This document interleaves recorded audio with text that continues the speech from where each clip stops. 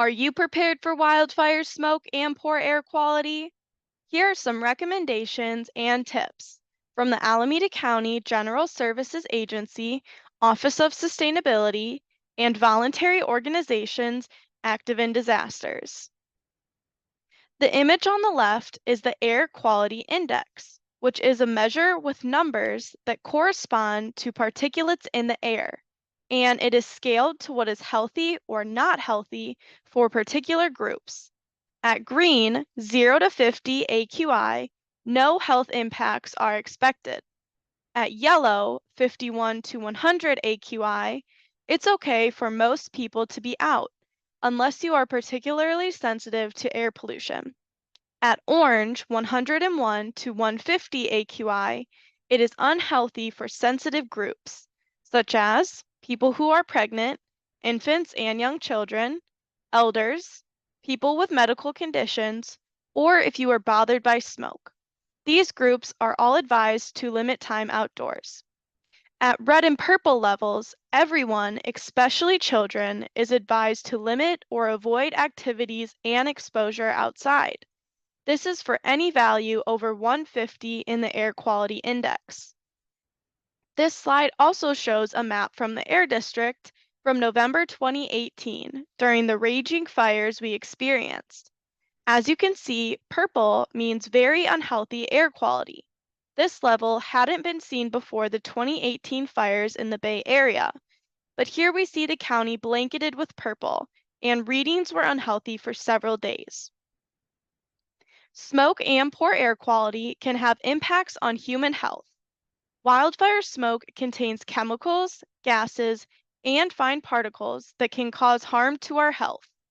Smoke not only irritates the eyes and airways, but also tends to worsen respiratory conditions like asthma or other kinds of breathing problems. You can have an increased risk of heart attack or other kinds of cardiac issues.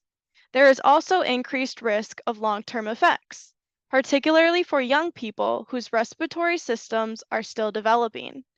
And there can be long-term effects even if there aren't sudden symptoms.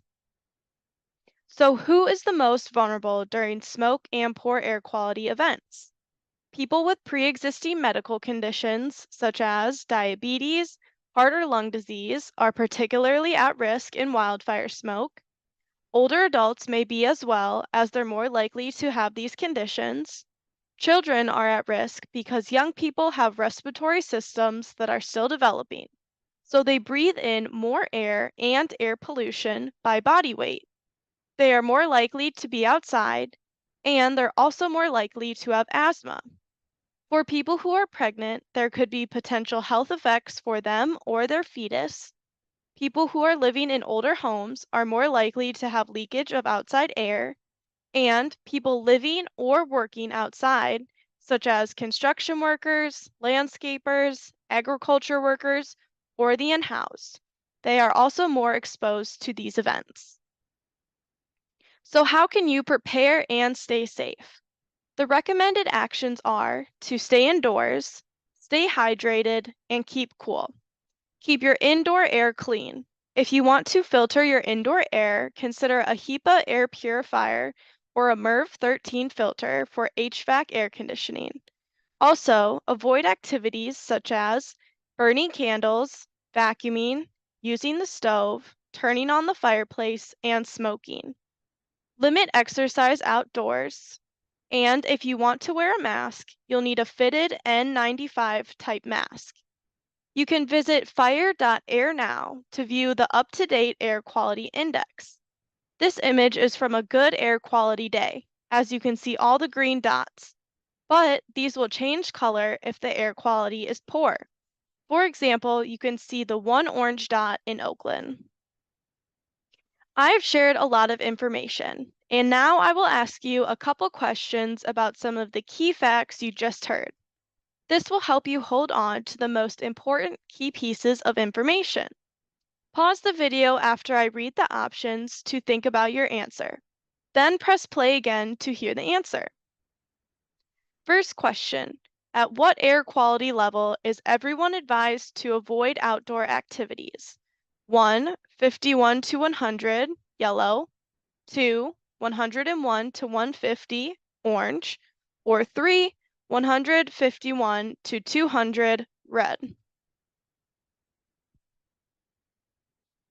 The answer is 3, 151 to 200, red. Sensitive groups should avoid prolonged outdoor exertion. Everyone else should limit prolonged outdoor exertion. Question 2. How can smoke impact health? 1. Irritate eyes. 2. Make asthma worse. 3. Cause long-term health impacts. Or 4.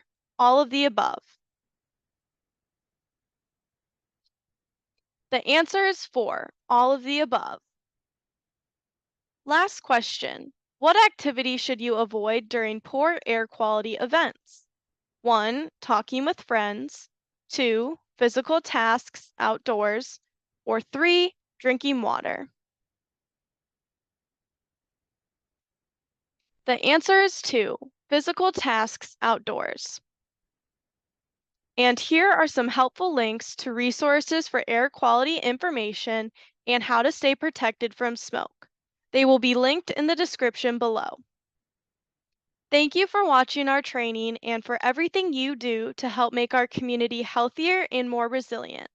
To stay connected with us, sign up to become a member of VOAD and follow along with Alameda County at ready.ac.gov.org.